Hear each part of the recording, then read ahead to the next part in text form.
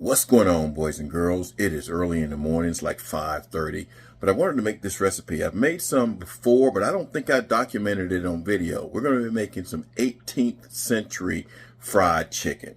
Now, this chicken right here is fried a little bit differently because they used malt vinegar in it and lemon juice and things like that. Some things that are just not commonly in most of your fried chickens. But the end result is going to be delicious. I've had it before. I remember it. So sit back, watch this video, and you should try it. All right, here are our ingredients. We've got 6 pieces of chicken, 3 thighs, and 3 drumsticks. We got some lemon juice. We got some malt vinegar. This is what kind of makes the taste be so good. Then we go over to the got some green onions. Got a 1/4 teaspoon of chives. Got a 1/2 teaspoon of pepper. Got a teaspoon of salt. Got a couple of bay leaves. And we got some, I just picked that parsley. That's some Mexican parsley, just out of my garden.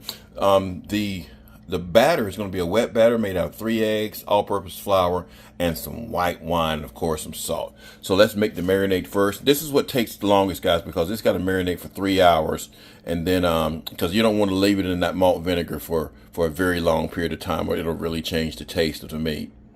All right, so we're going to start off with a 1/2 cup of lemon juice, or the juice of 2 large lemons. All right, we're going to have the same amount of malt vinegar. So that's a 1/2 cup of that. All right, and then we're going to add in the rest of our ingredients and give that a stir, mix it up real well. And then we're going to put the chicken in a plastic bag, y'all, and let it marinate in there. And again, you want to go for about 3 hours. So into a Ziploc, pour the marinade in on it, and then we're just going to give it a little bit of a mix here.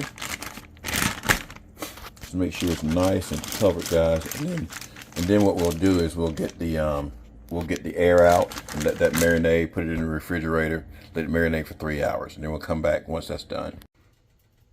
All right, y'all, next part's pretty easy. What I did is I took the chicken out, because it's like afternoon now, but I took the chicken out of the marinade after 3 hours and dried it off real good here, because you didn't want it sitting in the marinade all day. We got a 1.5 cups of flour, and we're gonna mix the white wine in with the flour. Now, if you don't want to use white wine, you can use water, or you can use seltzer water or something like that. But we're going to be, for this recipe, it calls for white wine. And we're just going to mix this until it's the consistency of pancake batter.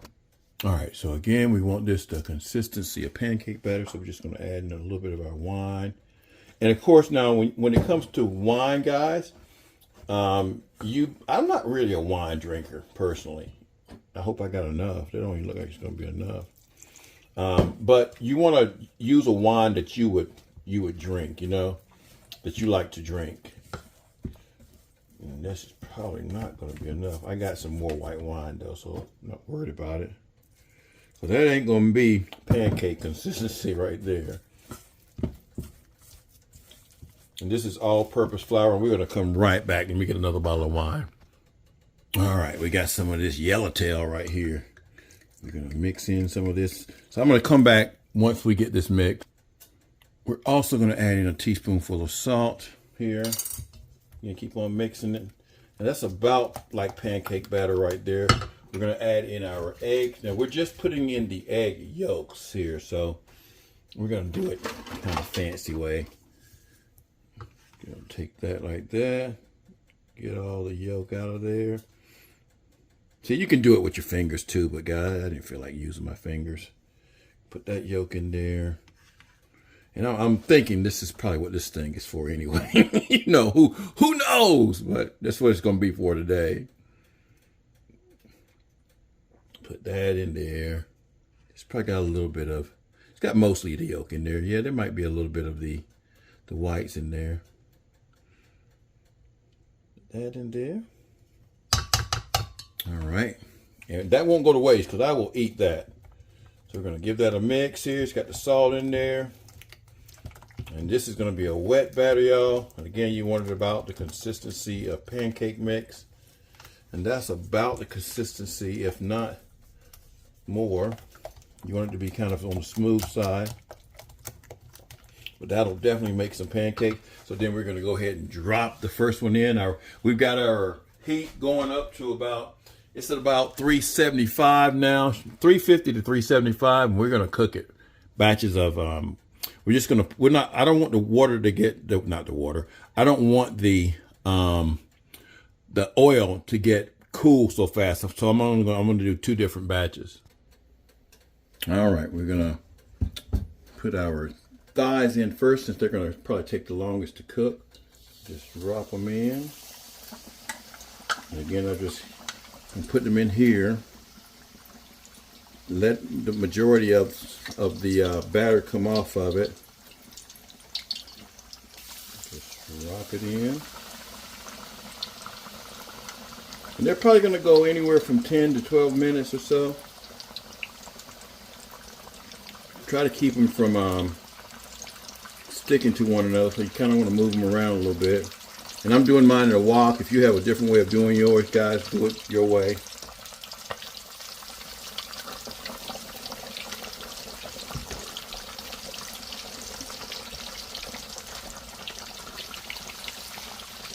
Because we don't want them to stick together.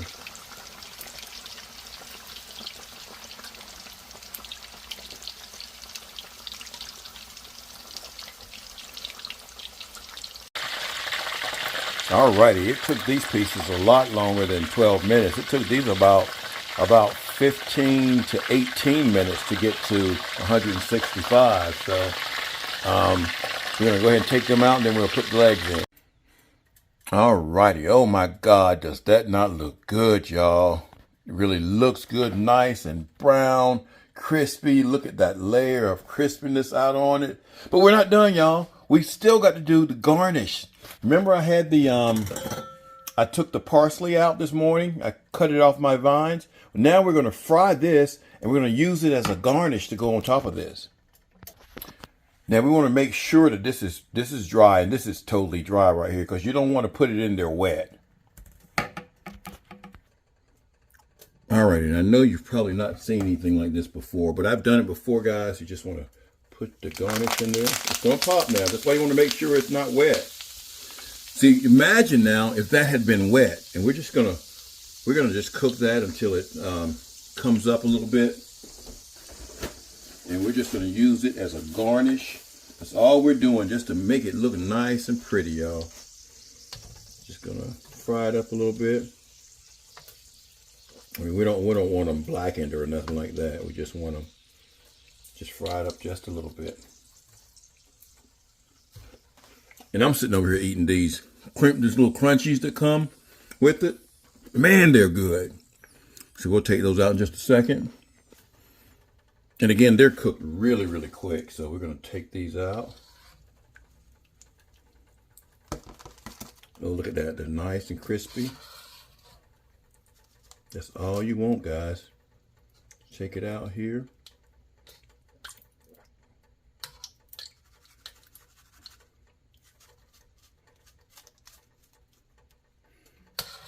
Make sure we get them all out here. Try not to get so much of the oil in here. Pour some of the oil back in there. All right, now we're gonna turn the heat off here.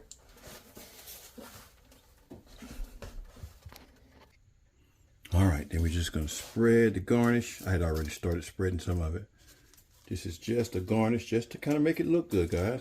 Now, do you have to do this part? No, you don't, but you know, I've done this recipe several times, and they always had this in there. So just to kind of make it pretty. Plus, it'll make a beautiful picture too. Spread some of those out. It'll make a really nice picture. All right. And there you go, guys. 18th century fried chicken. It's a different way of frying chicken, but it's delicious. Of course, now I wasn't alive in the 18th century. My mama wasn't alive in the 18th century. My grandma wasn't alive, so you know what I'm getting at. But it's just a different way of frying chicken, pretty much. It's pretty much like marinating chicken and frying it for the most part. But try it if you have the time to do it. Hope you guys like this video. Like, subscribe, get notifications. We'll be showing some more of these types of videos, and more like, I like to experiment with stuff, and more like them. I like to experiment with stuff and see what it tastes like. And again, I've done this before. I just don't think I made a video with it. And we're going to eat some too in just a second. Just a different angle of looking at it. Beautiful fried chicken. Beautiful. All right, guys, the true test. Here's the fried chicken. Doesn't it not look so lovely and crunchy? Now to taste it. I had to let it cool down, y'all. My mouth is watering. Here we go.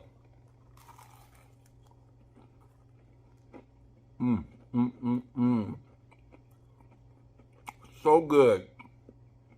So freaking good. Look at that crust, y'all. And it's cooked. It is cooked. So don't say nothing. It is cooked. It's got a different flavor. You can taste that vinegar, and you can taste that lemon juice. Very unique flavor, guys. You have got to try this fried chicken. I mean, fried chicken's fried chicken.